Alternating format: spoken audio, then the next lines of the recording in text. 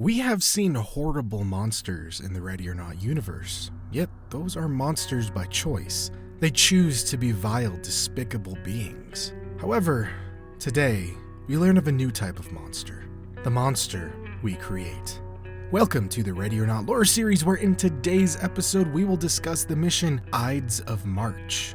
As always, this video will be divided into two sections, the first being all in-game / developer confirmed information, and the second being my own theories as to where the story will go in the future.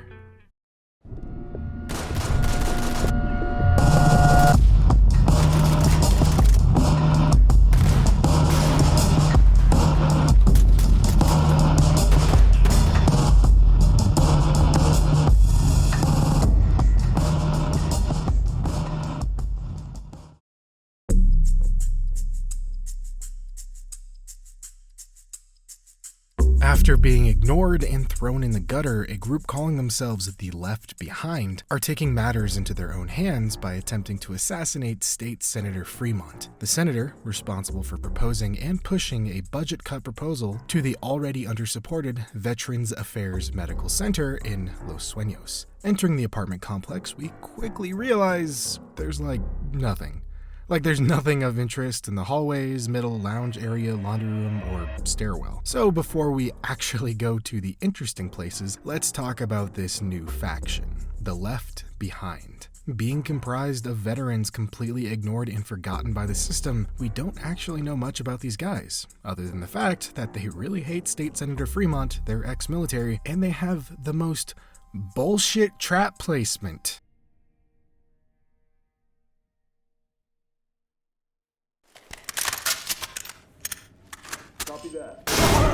We also don't know if their terroristic actions have any basis in racism, or if they simply just hate those in power. I'm more inclined to believe it's simply a political agenda rather than a racial one. Regardless, moving into what I'll call the B&B room, we see it has been absolutely ransacked. We immediately see an unknown civilian tied up on the floor. We can also find references to house rules and the Wi-Fi password, hinting at the fact that this apartment is a bed and breakfast. The man on the ground either was the tenant staying there before the Left Behind guys showed up, or the Left Behind guys rented this room and he was simply a room service guy they took hostage. Scattered around the apartment are multiple signs protesting against the vet funding cut bill, shell casings from the attack litter the floor, and graffiti plagues the walls. In the living room, we can find a table with a map of Barisa Cove with an X and an O noting the locations of Barisa Cove Luxury Apartments, the X, overlooking Barisa Cove Memorial Park, the O. There is also a notepad keeping inventory of the Left Behind's current arsenal, which is substantial.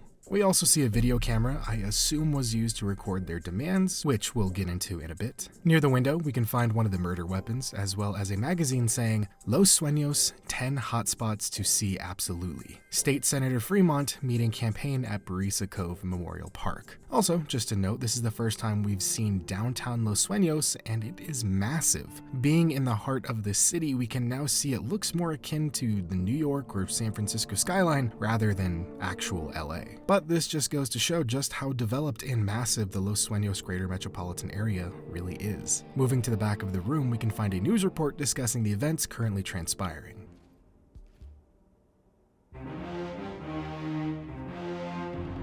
Tonight on LS News, a horrifying scene downtown as a terrorist group referring to themselves as the Left Behind opened fire on pedestrians from a penthouse suite. Our coverage continues on what we now believe is a violent response to the recent war veterans funding cut that officials were aiming to finalize today. Just an hour ago, a volley of gunfire rang out, killing at least 3 and injuring many others. An alleged manifesto, which we received just moments ago, outlines the demands that the shooters have. Please be warned that this clip may be disturbing to some. This country was built on values of freedom and liberty. Two things that are about to be taken from us. We fought for your freedom. We fought for your liberty. And now the upper echelon of our government wants to punish my brothers and I for our dedication. We demand that the legislation be thrown out.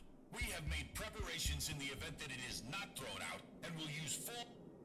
Roads around the building have been barricaded by police, and anyone within the radius has been ordered to remain indoors and away from windows. We'll have more on this developing story after the break. So it appears the Left Behind took a position in the Barisa Cove luxury apartments and opened fire on pedestrians, killing 3. As we figured, this was all due to the war vet funding cut. However, we now know when this mission takes place, they were finalizing the decision. The Left Behind believes their freedom and liberty have been taken, and that it is their duty to fight to get it back. On screen, we can't make out what the full headline says, but I imagine it's something along the lines of Barisa Cove shooting, and Senator Fremont rally meeting gathering, one of those, stopped. Moving to the connected rooms, we can find a whiteboard detailing the cleaning staff's duties for the day. Stepping into the connecting room, we learn it's the apartment/studio of Laurie Bauer, a very famous jazz musician who started his own music label. Throughout his apartment, we can see numerous gold records noting his countless sales. We can also find Mr. Bauer here, but he doesn't really say much, so we'll just move on. Looking around, we can find multiple pill bottles, a get well soon card, and a letter from Coastal Grove Medical Center. It appears that Mr. Bauer is suffering from some unknown illness. For all intents and purposes, though,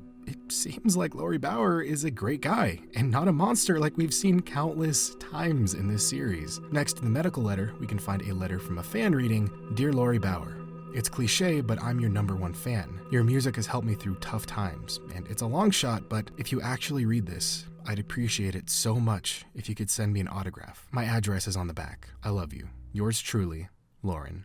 On Bauer's nightstand, we can find a newspaper stating, "Trash crisis in Los Sueños. A sudden walkout by trash haulers has led to major garbage buildup in the 213 Park and North Hills area," and "Residents leaving Los Sueños," as well as a Debanco ad. If we look at the top of the paper, it reads May 17th, 2022. Now, here's the thing. We know the Mine Jump map takes place in August of 2021. On that map, we learn that it has been 35 weeks since the trash walk-off, meaning the strike started in January of 2021. On the Lethal Obsession map, we can find a flyer talking about a protest against Fremont at Barisa Cove taking place on October 1st. Also on that map, we learn Hide and Seek and Twisted Nerve both occur prior to that raid. And for those of you who don't know, Twisted Nerve is set in 213 Park. So if this newspaper's date is correct, which I can't see why it wouldn't be, until additional evidence suggests otherwise, this now places a Lethal Obsession, as well as Hide and Seek and a Twisted Nerve, all in 2021, with this map taking place in May of the following year during the final vote. I assume this is a slight timeline error because unless they cleaned up 213 Park and then just walked off again, the fact that the paper is referencing this event that should have happened a year ago is a little strange. Now, all this is interesting in its own right, but here's the thing. There's something juicy here. Something so juicy that I flipped shit when I found it. Walking to the front door of the apartment, we can find an award that reads, United States Department of Defense Certificate of Appreciation awarded to Francisco Laguna. Please accept this certificate of appreciation in recognition of your service to the war efforts in the Vietnam conflict zone. Your efforts has made the American efforts in the area fruitful. Without your support and collaboration with the United States Navy and Air Force, these projects would not have been a success. Date 8/10/1968. Signed something, Chief Defense Operations Officer. I swear to God, Francisco Laguna is my own Pepe Sylvia. If you missed the last episode, first of all, what are you doing? Go watch that. On George Brixley's desk, we can find a name tag reading Sergeant Francisco Laguna, Saigon Operations. We theorized this could possibly hint at the fact that the Ready or Not timeline diverged in such a way that the US potentially won the Vietnam War, because what is Saigon Operations and why is it on Brixley's desk? Well, that was extremely strange in its own right. This is far more strange than that, because why is an award for this dude in some music producer's apartment? We will come back to this later because, oh boy, we got a lot to talk about. Moving into the next room, which is the sailor's room, we can see that this man is full of all sorts of nautical nonsense. We can find pictures of him in Navy attire, lots of medals, and him shaking hands with Reagan. While that's all well and good, the real story here is far more saucy. In the bathroom, we can see written in lipstick on the mirror, "Don't be a stranger. Love is an adjoining door away," with candles and red wine nearby. In the adjoining door, we see a note on the floor. And that rhymed, and everybody get the dinosaur. Sorry. "Oh, Captain, my dear Captain, when can I see you again? I had a lovely time. Darling, don't mind my husband. He's as soft as they come. It appears the sailor has hooked a mighty So fucking stupid. It appears the sailor has hooked a mighty fish. In the connecting room, we find another note. Listen here, sailor boy, don't ever let me catch you around my wife again. If you even glance at her, I'm going to make sure you regret it. You'll meet your Navy friends sooner than you think, scum. In the neighbor's rather ugly apartment, we see they are trapped in the 70s with outdated wallpaper and furniture. What's really interesting here is that the residents, Eric and Barb, as we'll learn, are going through a messy divorce, with Barb sleeping with her neighbor before they are officially separated. We see Barb has multiple women's self-help books and has crossed out the pictures of Eric on the family photos. We can also see that the Left Behind has set up shop here, as we can find shell casings and a rifle. There's another civilian tied up here, but he doesn't look like Eric or Barb, so I assume he was just one of the cleaners. We can also find a map with the fire escape plan written across the top, as well as 9:30 a.m. went to laundry, good opportunity, 3 p.m. went to bar,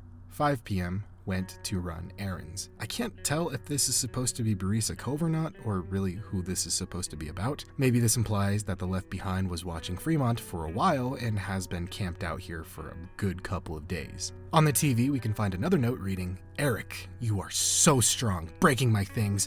How proud you must be. On a nearby wall, another note reads, Barb, one of the building staff is stopping by this afternoon with a trolley. Your things better be on it. Clearly, this couple is not on speaking terms. On the floor nearby, we can see another note saying, are you serious? Do you have any idea how expensive these things are? You couldn't have settled for some fabric? With an invoice nearby reading, Reservoir Removalists, 7 times glass panel, transport, $2,000, accidental damage cover, $500. Moving into the bedroom, we see another note next to a lot of tape on the ground saying, Eric, don't stand in this area. Keep your damn things out of it. And that's pretty much it. There's really not anything else of note in this apartment. Just some couple squabbles, kinda. And I mean, I guess the other important thing here is you can find her pillow still on the bed, but his pillow on the couch. So yeah, he's in the doghouse. I'm curious to know what happened. It's not important. Anyway, let's get back to the stuff that's really important and actually my new obsession with this game. Okay, so Francisco Laguna. Why would a famous music producer, hell, why would anyone have some random dude's certificate of appreciation on their wall? Does this mean Lori Bauer is a fake name and he is Francisco Laguna? Or is this just a placeholder and it's not supposed to be there? Time will tell with subsequent updates. However, this certificate does clear up some things for us. Since it was awarded in 1968 and his name tag states he was Saigon Operations, this means he was actually in Vietnam during the war, as Saigon hadn't fallen yet. But this does beg the question, what did Sergeant Laguna do? As stated in the certificate, he was awarded due to his collaboration with the Navy and Air Force, but what was it? I assume he was a strategist of some kind, but even still, I don't understand why Mr. Bauer has this. If this was in the sailor's room, then it makes sense. We don't know the name of the sailor, but we do know he was in the Navy, is highly decorated, and has met the president. And sailor, Laguna, Lagoon, you see, it's all connected. But since it's not, we have 2 instances of Sergeant Laguna paraphernalia appearing in places it really shouldn't be. I really hope this isn't just a mistake or placeholder and is something we'll slowly uncover in the coming weeks with a revelation that will make everything make sense, because right now I am at a loss. Francisco Laguna aside, there really wasn't much lore on this map, just introducing us to the Left Behind, a new faction. Regardless, the Barisa Cove incident was just the beginning of a new threat befalling Los Sueños. I have a feeling the Left Behind will not go quietly into the night.